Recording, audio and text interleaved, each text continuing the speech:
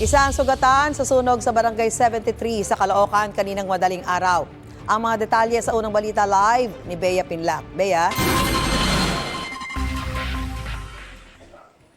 Susan, ganito kalalang sinapit ng mga bahay na tinupok ng sunog dito sa Barangay 73, Caloocan kaninang madaling araw. Ang mga yero at pader halos maabo na at ang mga gamit nila sira-sira na.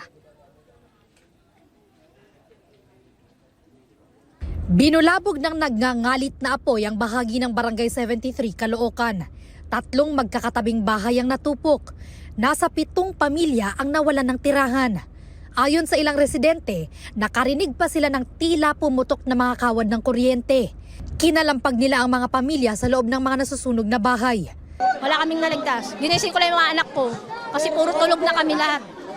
Yun lang po. Wala kaming naligtas na gamit. Siyempre, masakit din po yun. Siyempre, mahirap din po yung bumangon kayo. Mahirap ng buhay ngayon. Dahil wala na tayo magagawa eh. Yung gamit na papalitan, pero yung buhay hindi. Ang mga residente, kanya-kanyang salba ng mga gamit nila. Ang iba, nagkumahog na tumulong sa pag-apula sa apoy. May mga umakyat pa sa bubong para sabuyan ito ng tubig. Maya-maya pa, ang isa sa kanila, napatalon mula sa bubong. Nakitulong po kasi yung bahay po namin halos didikitan na po ng apoy.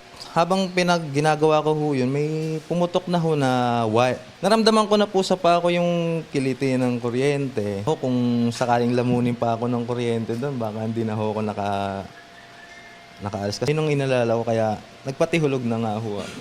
Binagsakan ko naman po yung nakaparadang e-bike doon. Sugatan ng lalaki na agad nilapatan ng paunang lunas sa ospital. Dumating kalaunan ng mga bombero para apulahin ang sunog na umabot sa unang alarma. Gawa sa kahoy. Opo. Tapos siyempre nadamay na yung mga kuryente kaya lalong lumaki. Nagpanik na yung mga tao. Sabay-sabay na pa silang lumabas. Siyempre kanya-kanya na silang hakot ng mga gamit. Kaya medyo siksikan na yung mga tao. Medyo nasalubong na yung mga tao. Hindi naman, kaya medyo nahirapan. Pero nakapasok naman yung ibang mga bombero. Iniimbestigahan pa ng mga otoridad ang sanhi ng sunog at halaga ng pinsala.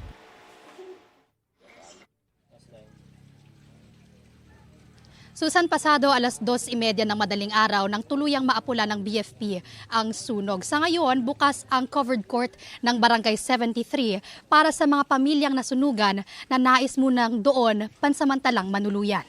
Yan ang unang balita mula rito sa Caloocan. Bea Pinlac para sa GMA Integrated News. Gusto mo bang mauna sa mga balita? Mag-subscribe na sa GMA Integrated News sa YouTube at tumutok sa unang balita.